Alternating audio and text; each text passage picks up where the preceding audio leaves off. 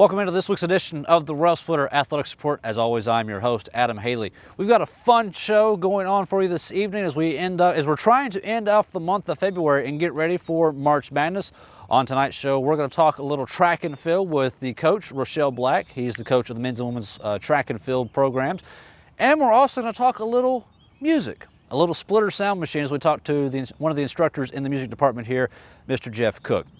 Before we go into those particular interviews, into our first break, let's tell you about some results that's happened within this past week. And now, these are not all the results, but these are just some from the recent days. Men's tennis, they were at the University of the Cumberlands. They won that that match 7-2. Women's tennis was also at the University of the Cumberlands a few days ago. They won 4-3 in a rain-shortened match with the University of the Cumberlands. Baseball, they had a homestand with the Thoroughbreds of Kentucky State on Tuesday. They won that doubleheader 5-4 and then 14-2. Men's lacrosse, they were also at home on Tuesday. They won their contest over Roberts Wesleyan 15-7. They won this past Saturday at home against the Chargers of Alabama Huntsville 10-8. So congratulations to Coach Kuhn and that program as they go forward. For softball, they were out in Arizona this past weekend. 4 matchups, they went 2-2. They lost 8-1 to the Academy of Art and then lost 1-0 to the number 2 team in the nation, West Texas A&M. They came back on the next day and swept Fort Lewis 8-2 and then defeated University of Mary in a run rule game 13-3. Men's volleyball, they were at home on Tuesday. They defeated Campbellsville 3-2. Women's golf this past week was at the Converse Spring Invitational. They took 3rd place in that one. And the sport that's actually trying to wrap up into tournament time, men's and women's basketball, the women's team went 1-1 on the week, defeating Queens at home 97-45, then losing a heartbreaker at home to Anderson 76-73. They got one more regular season game to go. We'll talk about that and tournament implications later on in tonight's program. Also, men's basketball, they defeated Queens in an epic thriller 81-79 this past Saturday. That moved them into a tie for first place. They're still there as they defeated Anderson on Wednesday 93-71.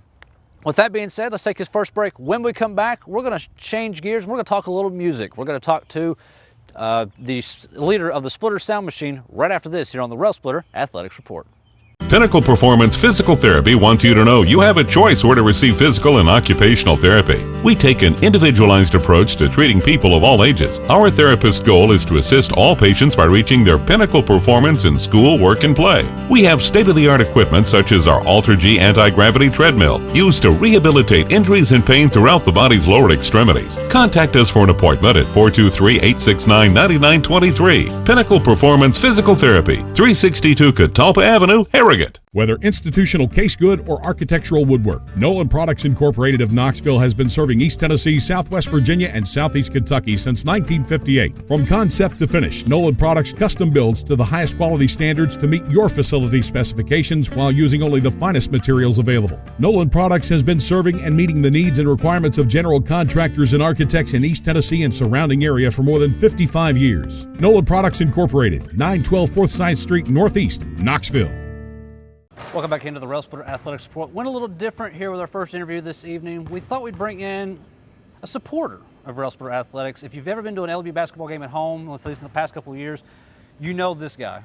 This is Jeff Cook, instructor of music here at Lincoln Memorial University, the leader of the Splitter Sound Machine. First off, Jeff, welcome to the Railsplitter Athletics Report. Thanks, Adam. We all know the Splitter Sound Machine. We as camera people have been up in the Splitter Sound Machine. We've put you on the Jumbotron, we put you on television.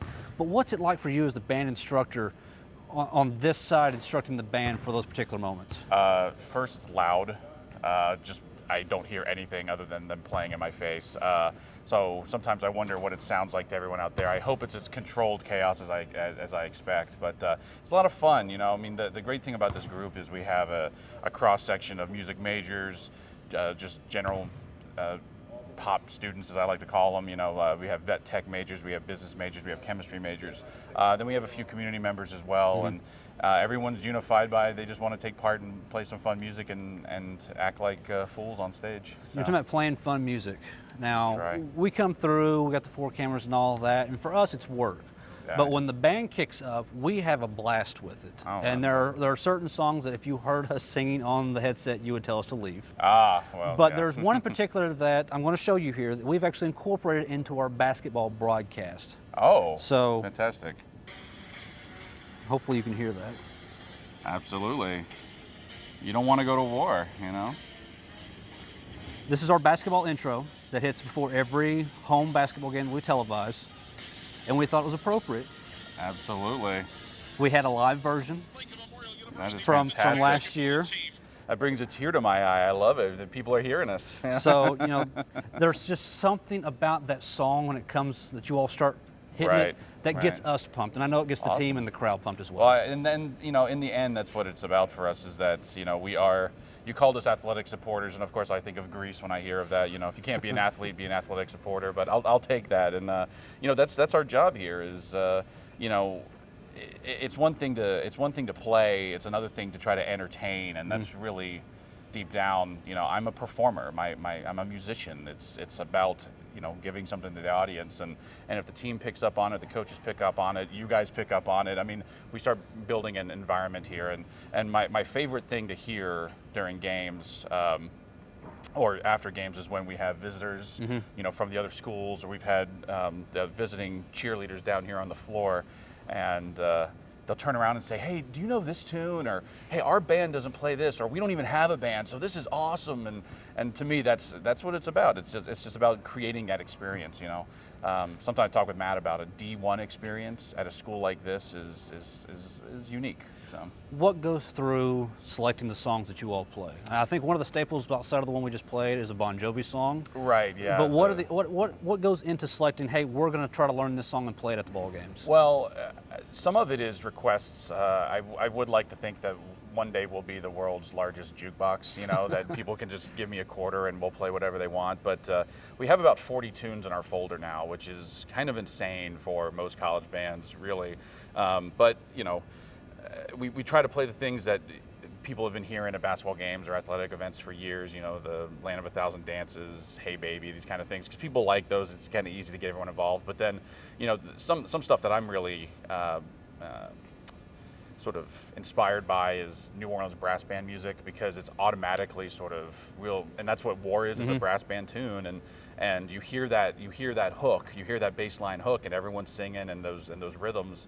It just makes people want to move and take part, and so I've kind of been leaning more toward that, because it is horn driven, you know, brass and saxes and stuff, and then everything else, you know, if I find a good arrangement, like that Bon Jovi arrangement works really well, and then there are some things I've arranged that just don't work, and we play it once, and I just put it right back in the folder, back in the file folder, way far in the back. So, is there one in particular that stands out that did not work? I tried to do a Britney Spears arrangement, and I probably should have just known better to not do Britney Spears. But it had a great hook, and you know that's the thing. We all listen to music, and we find that hook, we find that beat, and it wasn't suited for that. But anything that's sort of heavily synthesized, some of it can be switched over, but you know, some of it you hear it and you're thinking, no, it's just not clicking. So, but we have a few other new tunes that I've added for the end of the season, and a lot of that is, you know, I have a player's parent come up to me and say, "You guys need to play this," you know, or "You guys need to play that." So I just find arrangements. So.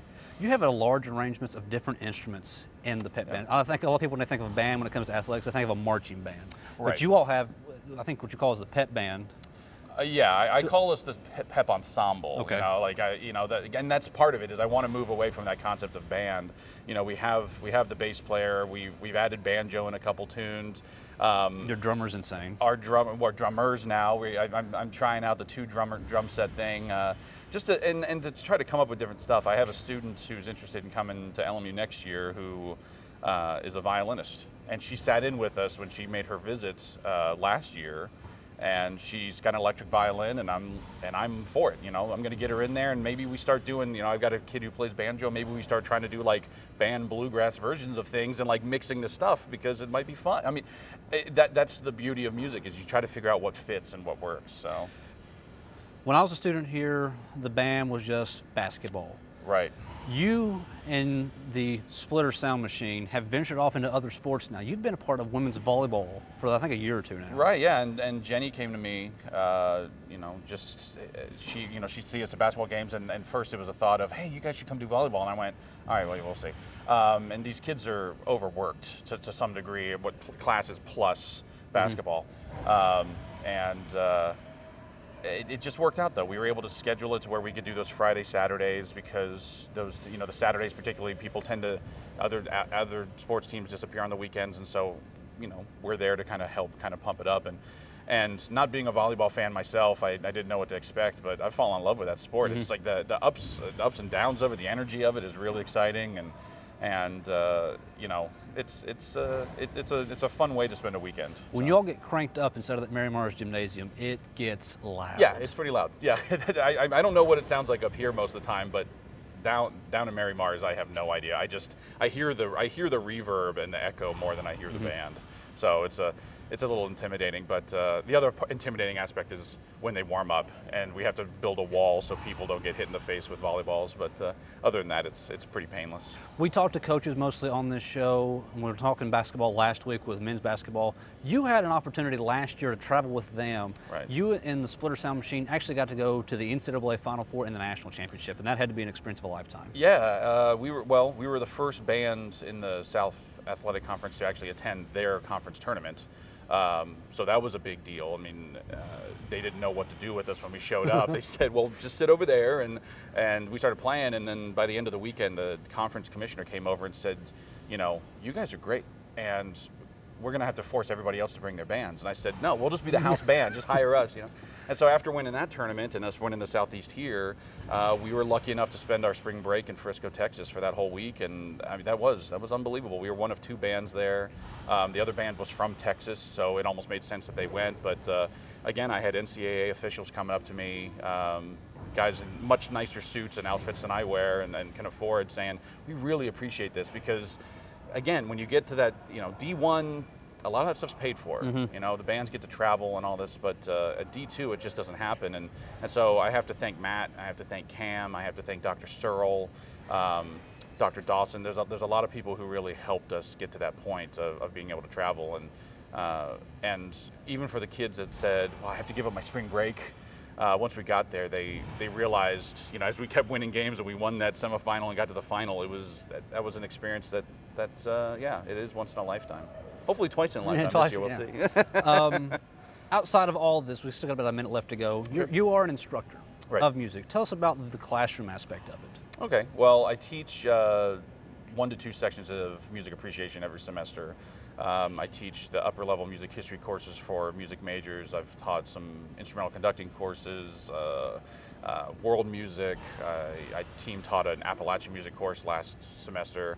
The great thing about teaching here, it's the blessing and curse thing. We're a small program, so we all have to be able to do everything, but by learning to do everything and having that experience, you start to see how everything kind of folds in on itself. So obviously the Gen Ed class, those Music 100 courses, I love teaching them. I know a lot of faculty roll their eyes, or it's the cross they have to bear to teach that, but I get to meet students across campus. I get to meet and some of those students get to come into band just from being in my class because they were there before, but they took music because they thought it'd be easy in college, and then they say, oh, I can actually get a scholarship, oh, I can actually take part and play and meet, be back in that community. So it's a lot of fun. It's a challenge, but a fun challenge. You also have concerts and showcases, so I know we've already run over here a little bit. Okay. I'm going to give you a little chance here. You can plug and kind of recruit a little bit using our world of television to get people to come to music. To the camera. As far as our concerts and events that we have in our music program, I direct everyone to our Music at Lincoln Memorial University Facebook page. All of our events are listed there. You can find that in our calendar. Also, if there are people out there in the community, I've had a few community members come up to me and they want to play in the group, they want to take part. I'm open to it. Just contact me. Find me through email at jeffrey.cook@lmunet.edu, or contact us through the Facebook page, through our Instagram, LMU Music. I'm trying to get in all the cool things that kids do nowadays. So, there's plenty of space for everybody. So. Jeff, I want to thank you for joining us. Thanks, Adam. All right. We'll be right back with more Railsplitter Athletic Support right after this. Are you looking for efficient, compassionate, and comprehensive health care for you and your family? If you are, visit Lincoln Memorial University Medical Clinics in Harrogate and New Tazewell. All healthcare providers are faculty members of LMU's DeVos College of Osteopathic Medicine and are board certified in their specialty. Multiple specialties available are family medicine, pediatrics, internal medicine, OBGYN, geriatrics, and osteopathic manipulative medicine. Locations in Harrogate and New Tazewell. Most insurance plans are accepted. The University Medical Clinic is here to serve you. Call 423-869-7190 for an appointment. It's the Old Town Grill. The Old Town Grill is a special place where you bring more than family, more than friends. Bring a hearty appetite, because at the Old Town Grill, you'll never walk away hungry. A delicious change from the ordinary. The perfect place to bring the entire family. The best food and plenty of it. Join the fun and treat your appetite to something special. It's the OTG. The OTG is the place to be. Welcome back into the Railsplitter Athletics Report. Joined alongside now by track and field coach Rochelle Black. And is it coach or is it director of track and field? Coach. Okay, Coach is so much easier. So track and field coach Rochelle Black. And coach, first off, it's the first time I think we've actually had you on the Railsplitter Athletics Report that was not a specialty show, meaning the Roho Christmas show. So welcome in. I tried to avoid that. Thanks. You're one of the newest coaches and one of the newest sports on campus. Talk about you're not even here for one full year. Talk about your first year so far. 8 months so far. I got here at the end of June, just before July 1 hit. But it's been good. My first year here so far has been pretty good. Like you said, this is one of the newer sports, so a lot of me going around town is talking about the sport and how it is different than what people are used to. Cross country's been here for some time, and everyone's used to that, but the track portion, not a lot of people are aware of that. So talking about the throws, the jumps, the hurdles, is something new for people to hear about. I've liked that so far. Track and field, when people hear that, I think they think of pole vault and obviously running track, but there's so much involved when you talk about track and field as a whole. The big difference between, I guess, cross country and track and field is, yes, there are the field events, the pole vault, the long jump, triple jump events like that, but it's how they can be broken down. So for sprinters, you have events like the 100, the 200, and the 400. We don't train them all the same way. So you have our men's and women's basketball team. I won't train my sprinters the same way as the distance runners, just as Coach Schertz won't train he won't train E the same way as Laquan maybe. Hope I'm getting those names right. But it is a little bit different. The jumps and the throws are completely different. Throwers, everyone knows, are the big guys, big guys and girls that go out and throw implements. Our jumpers, they can be a little bit more finesse. They're usually longer limbed, a lot skinnier. I was a jumper. I was just a shorter version of that. But since I've been here, trying to get not only the people in the area, but the kids on the team to understand exactly how different we are than other sports. It's been a challenge, but on our team, I think the kids have really responded well to that. I know when the university started up track and field, we didn't necessarily participate in every event that was offered in track and field. Are we at that point now where we're competing in every event? Not yet. Because I just got here, I'm working with the young men and women we do have, and I've taken them a little bit further than what they thought they could in terms of events. Right now we do have female jumpers in Karen Allen and in Caitlin Zander, who's kind of on loan from soccer. But next year the plan is to bring in hurlers, to bring in a few more jumpers on both the men's and women's side. Down the line, yes, we would like to be a more complete team by having throwers and even maybe down the line even pole vaulters, which would be an entirely different thing. Pole vaulters are kind of the crazy ones in track and field, so to have them around, it'd be pretty fun. Now, obviously, this is your first year here, but Jeremy Donahue, the cross-country coach, had kind of taken the first couple of years of track and field, and you're still working with him hand in hand, I do believe, from between the two different sports. Where do you think the team is now compared to where you heard it was last season? Something I've been saying a lot is we're not where we want to be just yet, but we definitely aren't where we started. With me coming in, it's giving Coach Donahue the ability to focus more on the distance end. He's done a great job with those kids. We've got George Hernandez, who ran the race of his life a few weeks ago at ETSU and broke a school record. And I think for the most part, almost every person on the distance end of the team has actually set a PR, a personal record, which is pretty good. It shows that they're progressing. With him being able to focus on that leaves me time to focus on the sprinters and the jumpers. And I think with us being able to focus on our strengths, it's helped out the program as a whole. Now, this season so far, you've been mostly a spring sport. I think you maybe had a few in the fall. Mostly a spring sport. You all have kind of really hit only 2 cities so far. Johnson City, Tennessee, Indianapolis, Indiana. But your schedule is going to start branching out.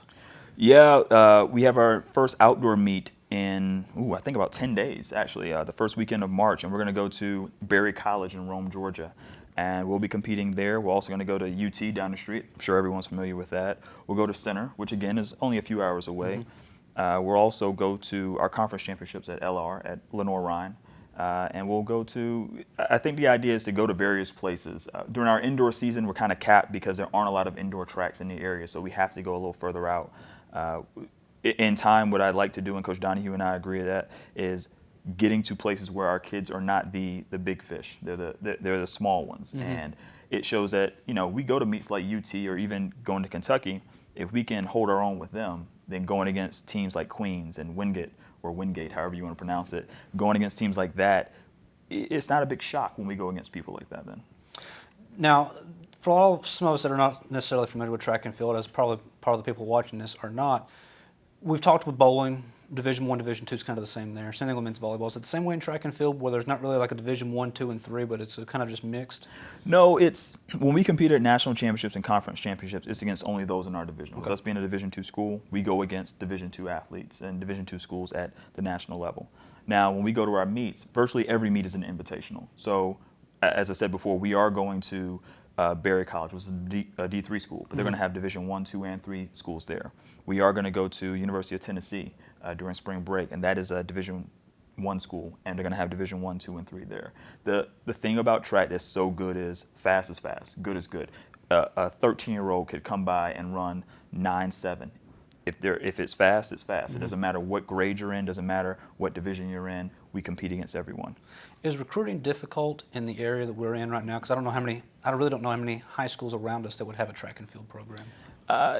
Regardless of where we're at, I think recruiting is always going to be difficult for the fact that it's a new sport. So just getting the name out helps. Like I said before, I would have came here a little earlier, but I was at another school talking with someone. So I think Coach Donahue and I are able to get out and say, hey, we exist as a program, and we'd like to have your young men and young women join our team. So there's obstacles everywhere, and it's no different. Let's talk about you for just a second. Obviously, we've established you've been here for less than a year now. Where did you play college? Where did you come from? We don't play track. I'm sorry. You run track. But Where did you run? I went to Radford University, right up the road from here. I went there. I was a high jumper and a 400 hurdler.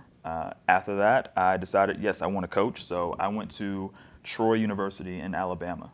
I was there for 2 years, learned how to coach. I had great coaches around me and taught me what to do.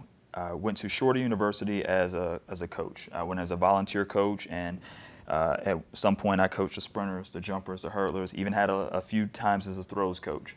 I coached a little bit of everything there. Most recently, I was at Murray State University in Kentucky, and there I was the jumps coach. So what attracted you to Lincoln Memorial? Actually, Matt Green gave me a call. Matt Green gave me a call and told me to look into the program, and I was very interested in starting a program from virtually the ground up. I know this is the 3rd season of existence, but we still got a lot of work to do, and I like that.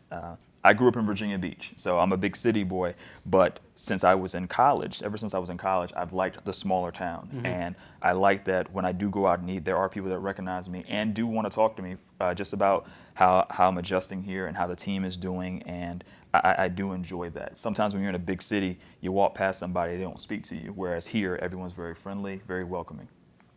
You mentioned you want to take a program that essentially is in its infant stages. You want to be part of the building blocks. What is it about, because there's a lot of different sports right now that are starting here at Lincoln Memorial. What about a startup program attracts you as opposed to going to one that's already established? You get to put your own staple on things. Coming in here and not having a lot of history in the sprints, the jumps, and the hurdles. I get to come in and bring in young men and women, and one of the things that fascinates them is, so you may not be the first to do it. Talking about getting equipment and explaining, hey, we want to get these things for you. It's kind of like Christmas for them, getting brand new stuff. I enjoy that. Whereas you go to some schools, and don't get me wrong, going to some schools that are well established may be great, but there's so much of a history that, oh, well, this is the way we've always done it. And coming here, I'm able to say this is the way we should do it, and I enjoy that. All All right, you've got some meets coming up. You're essentially almost, I think, the halfway point of your season, correct? Our indoor season just ended. We typically do start in December, just before exams, and December, January, February, and the first week of March maybe is when we're in our indoor season. But we're done with indoors and we're at outdoors now. What are you expecting from here till the conference championships? A continued progression, and I think that's everything. I think that's the only thing Coach Donahue and I have talked about. Just continue to progress. We do want them to compete, but as they drop their times, as they improve their marks, their finishes will get better. We have young men and women that are running better times. Mm-hmm. Now we're going to start asking them to, hey, go out there and start competing against people and beating people. All right, Coach Blake, congratulations, first part of the season. You got the indoor done part. Got to get the outdoor now, and good luck going forward. Thank you. This is the tough part. We'll be right back with more Railsplitter Athletics Report right after this.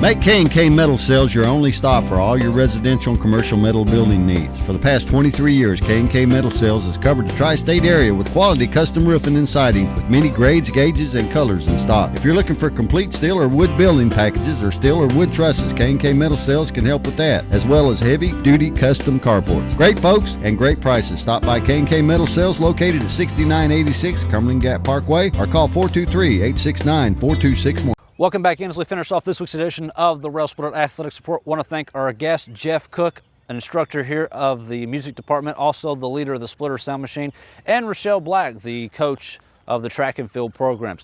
Let's talk about some upcoming events that's coming up this weekend and even into possibly next week for Railsplitter Athletics. For the baseball team, they're over in Brevard, North Carolina for their SAC opener as they'll take on the Tornadoes. Friday, one game, doubleheader on Saturday. That one's over in Brevard. Tennis team will be at Wingate on Saturday for Southland Conference action. On Sunday, they'll be back at home for non-conference action against UVA Wise. Again, all this is weather permitting. Softball will be at the Coker Spring Tournament this weekend, taking on Bloomsburg, Charleston, Pfeiffer, and Lander for 4 games before they come. They're eventually going to get into their Southland Conference schedule within the next couple of weeks. Women's lacrosse this weekend on Saturday, they'll be down in Alabama when they'll take on Alabama Huntsville. Men's volleyball will actually be at home this weekend. They'll have Emmanuel on Saturday, Mount Olive on Sunday. There'll be live streams of those online at lmurailsplitters.com. And that brings us to basketball. One game left to go inside of the regular season. Women's basketball, they're going to be at Catawba this Saturday for a 2 o'clock start. LMU Sports Network will have coverage with that one starting at 1:40. They need a win over Catawba to have at least a share of the conference championship. Now, the interesting part is the team they share it with right now is Wingate. They've got Anderson. If Anderson beats Wingate and we beat Catawba, it's a 3-way tie and a tiebreaker situation that I don't even want to get into right now. But if Wingate beats Anderson and we beat Catawba, the tiebreaker will actually come down to a coin toss, which will be conducted by the South Atlantic Conference to determine who the #1 overall seed will be for the South Atlantic Conference tournament that will start on Wednesday, March the 1st. For the men, they're also at Catawba. Start time for that one is 4 o'clock. Again, LMU Sports Network will have coverage of that one. With the win, Josh Schertz and his team will win once again another regular season conference championship. They may have to share this one with Queens, who has Tusculum on Saturday, but nevertheless, they will have another conference championship in their trophy case, and with a win, they will be the #1 seed going into the conference tournament. And again, both these teams will be hosting on March 1st. It's just a matter of where they're going to be seated and who they're going to be playing. And you can stay tuned to lmurailsplitters.com for that and anything else that's going on with the athletics programs here on campus here at Lincoln Memorial University. With all that being said, and that's a tongue full, I'm Adam Haley, and we'll see you next week with once again another edition of the Railsplitter Athletics Report. And now to Arian Ford, and he's busted